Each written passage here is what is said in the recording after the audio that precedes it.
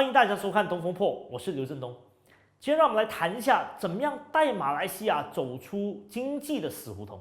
在最新的经济报告书里面，我们可以看到首相纳吉的序言里面说到他的3个大的经济策略：第一，拥抱马云；第二，发展中小型企业；第三，建设以铁轨为主的公共交通。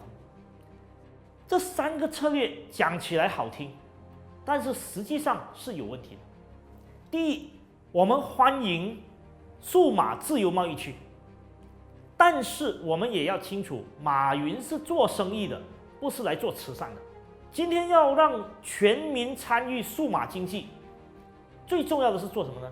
最重要的是把网速做得很快，也要做得很便宜，要人人都可以上网，而且要全国各个乡镇都可以。首相纳吉一方面提数码经济自由贸易区，但是另一方面说乡区不需要太快的网速，这本身是矛盾。今天马来西亚像居然这样的选区，网速不快，但是就算网速很快的吉隆坡，第一不便宜，第二不比外国快。举个例子，新加坡40块新币可以拥有的网速，是马来西亚140块马币付出的网速的50倍。要怎么样让网络做得很快又很便宜呢？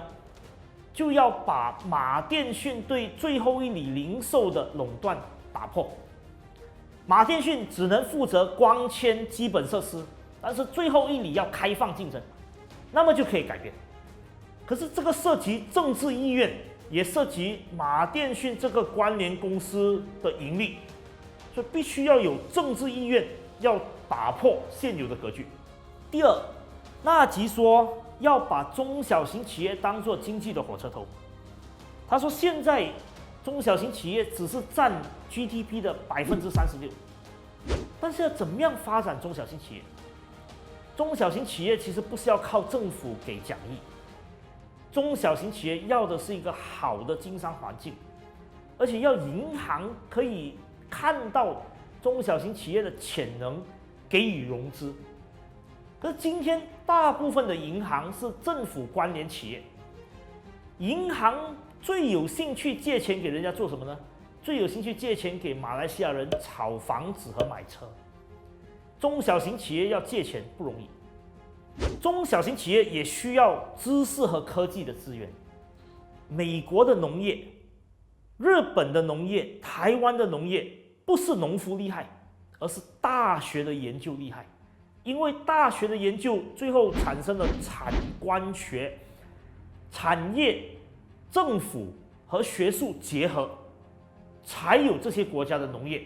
同样的，日本的远洋捕鱼业很厉害，但是不是渔夫厉害哦，是日本的造船业厉害。造船业厉害是什么呢？工程厉害。所以中小型企业发展不能永远做第三世界国家的产业，我们不能够只是做高污染、低附加值，都是靠廉价外劳生产的工业，需要靠大学，需要靠研究，要靠整体的科技环境，要靠人才。第三，纳吉说要靠以铁轨为主的公共交通。公共交通很重要，为什么呢？今天假如一半的马来西亚人不用买车呢，每个人可以每个月省下500、1000、1500公车的钱，整个马来西亚的国内市场就会多了很多的可支配收入。但是今天马来西亚人耗在汽油、耗在公车、耗在还利息太高了。可是纯粹靠铁轨作为公共交通的主导行吗？这些铁轨的计划都非常昂贵，而且是要靠很高的借贷完成的。真正来讲，应该是要发展广泛的以巴士为主的公共交通，让每一个小城镇，包括居然，包括更小的城镇，能够有最好的巴士，让一半的人口是不需要开车的，让马来西亚以后开车是奢侈品。只有这样子，我们才能够有跳跃的可能。我希望看到的马来西亚是全国各地最偏远的乡镇，包括沙巴、沙劳越，他们的网速都要跟吉隆坡一样快，而且都很便宜。我希望看到的马来西亚的经济，不再是我们在辩论到底是1100块还是1500块的最低工资，而是我们的年轻人不必去新加坡当马劳，而能够整个经济是靠人才驱动，而不是靠劳工驱动。公共交通方面，一个落后的国家是穷人被逼买车、被逼开车；一个先进的国家是有钱的人很欢喜的去搭巴士、去骑脚车。以上这些只是我对纳吉2018年的经济策略粗略的分析。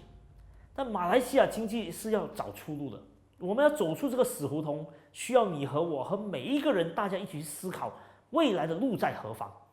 谢谢大家收看《东风破》，欢迎大家关注我的脸书，订阅我的 YouTube 频道，请大家支持民主行动党，谢谢。